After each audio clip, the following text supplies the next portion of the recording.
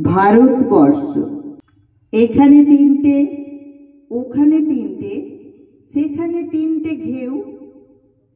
এই তল্লাটে তারা ছাড়া আর মনীষী নেই কেউ।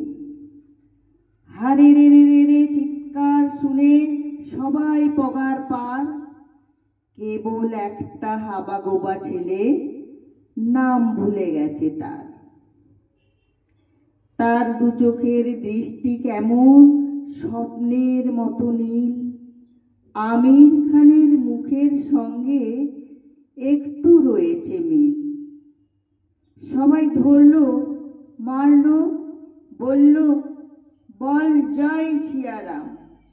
ছেলেটা বলল, রবীন্দ্রনাথ নজরুল ইসলাম। আরো একদল বলল, বলতো আল্লাহ আকবর।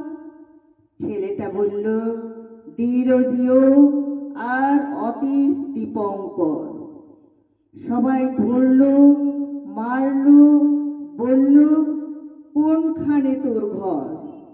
ছেলেটা বলল, ভারতবর্ষ, সবরমতীর চর।